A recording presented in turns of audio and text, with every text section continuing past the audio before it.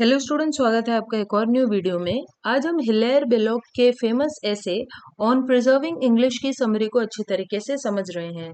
इस ऐसे में बेलोक हमें बता रहे हैं कि कैसे बहुत ज़रूरी है कि हम अंग्रेजी भाषा को बचाकर रखें उसके इनहेरेंट फॉर्म में, यानी वास्तविकता में जो उसका असली फॉर्म है उसे हम बचा कर रखें। तो चलिए अब हम लोग इस ऐसे की समरी को और अच्छे तरीके से समझते हैं। The essay on preserving English by H. Belloc argues for language conservation।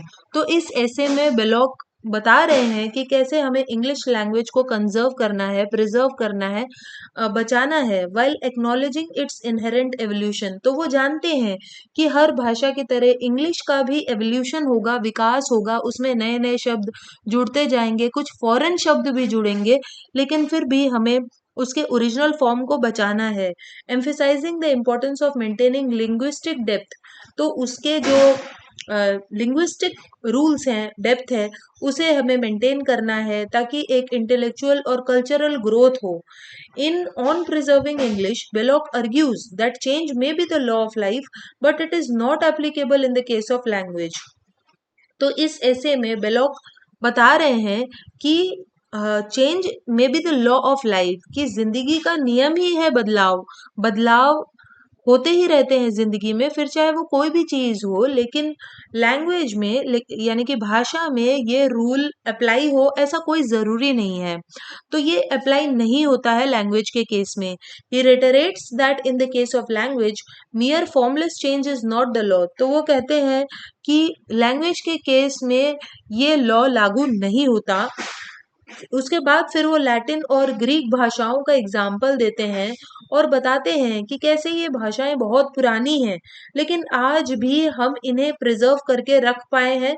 In fact Latin और ग्रीक के जो प्रोफेसर्स हैं, यानी जो इन लैंग्वेजेस को पढ़ाते हैं, उन प्रोफेसर्स के एफर्ट्स के कारण ही हम इन भाषाओं को आज भी समझ पा रहे हैं और इन भाषाओं की जो प्रेस्टीज है, इज्जत है, वो बरकरार है। They kept the purity by resisting any alteration that had no shape. तो इन प्रोफेसर्स ने इन भाषाओं की प्योरिटी को बचा कर रखा और इन भाषाओं में किसी भी तरह के ऑल्ट्रेशन को यानी बदलाव को नहीं स्वीकारा। English language expert should make an effort to preserve English prose rhythms. और इसी तरीके से इंग्लिश लैंग्वेज के जो प्रोफेसर्स और एक्सपर्ट्स हैं, उन्हें भी एक एफर्ट लेना होगा ताकि इंग्लिश को भी इसी तरीके से प्रिजर्व और कंजर्व किया जाए। If such efforts are made, English will continue to be a significant medium of human expression. और अगर इस तरह के एफर्ट्स लिए जाते हैं तो इंग्लिश आगे भी प्रिजर्व्ड रहेगी, आगे भी चलती रहेगी, कंटिन्यू करेगी और ह्यूमन एक्सप्रेशन का एक सही और अच्छा मीडियम बनकर रहेगी। The author provides a thought provoking perspective on the preservation and evolution of the English language. तो ऑथर बहुत ही थॉट प्रोवोकिंग यानी कि सोच में डालने वाले पर्सपेक्टिव को बता रहे हैं कि किस तरीके से इंग्लिश भाषा को प्रिजर्व करना चाहिए और उसका एवोल्यूशन कैसे हो रहा है। He characterises English as a living entity. वो कहते हैं कि इंग्लिश एक जीवित चीज की तरह है, जीवित एंटिटी की तरह है, कॉन्स्टेंटली चेंजिंग, जिसमें बहुत सारे बदलाव आ रहे हैं और वो अडेप्ट कर रही है अपने आप को। He also defends it's preservation, suggesting that the richness of the language should not be discarded for the sake of simplification.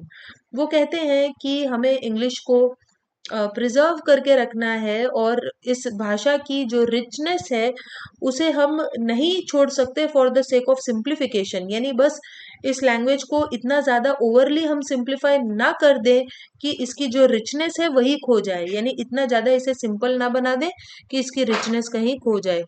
Throughout the essay Belloc offers critical but enlightening commentary on modern attempts at simplifying English. और फिर पूरे ऐसे में वो बताते हैं कि किस तरीके से मॉडर्न ज़माने में ये बहुत सारी अटेम्प्ट्स हो रहे हैं इंग्लिश को और ज़्यादा सिंप्लीफाई करने के। He deftly explores the nuances of language development. वो बताते हैं कि कैसे लैंग्वेज डेवलप हो रही है, emphasizing the importance of maintaining linguistic depth. तो वो कहते हैं कि हमें एक लिंग्विस्टिक डेप्थ को मेंटेन करना है ताकि इंटेलेक्चुअल और कल्चरल ग्रोथ हो।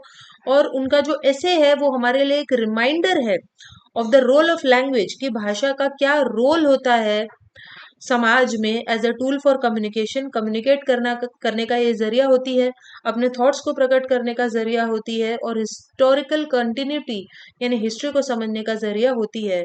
Despite his call for preservation, Belloc does not overlook the inevitable evolution of the language. तो हालांकि बिलॉक कह रहे हैं कि इंग्लिश को जैसी वो है वैसा ही हमें प्रिजर्व करना है, लेकिन वो जानते हैं कि इंग्लिश का भी एवोल्यूशन हो रहा है, उसमें भी बदलाव या विकास हो रहा है, उसका एक डेवलपमेंट हो रहा है। He acknowledges this natural process but urges caution in diluting the complexity and richness of English. तो वो इस चीज को एक्नॉलेज करते हैं कि इंग्लिश का भी एवोल्यूशन होगा, विकास होगा, लेकिन हमें उसकी कॉम्प्लेक्सिटी यानी उसमें इंग्लिश को समझने में जो कठिनाई होती है, जिसके कारण वो रिच बनती है, लोगों को पसंद आती है अपनी कठिनाई की वजह से, उस कठिनाई को हमें डाइल्यूट नहीं करना है, उसे ओवरली सिंप्लीफाई नहीं करना है। In essence his essay is an articulate and persuasive argument for language conservation. इस तरीके से ये जो ऐसे है वो एक बहुत अच्छा आर्ग्यूमेंट है लैंग्वेज कंजर्वेशन का, और कंजर्वेशन के साथ साथ हमें एवोल्यूशन का भी ध्यान रखना है, ऐसा वो बता रहे हैं। सो यहीं पर जो ऐसे है वो खत्म हो जाता है। होप आपको ये शॉर्ट समरी समझ में आई होगी। सो चलिए हम मिलते हैं नेक्स्ट वीडियो में, तब तक के लिए बाय।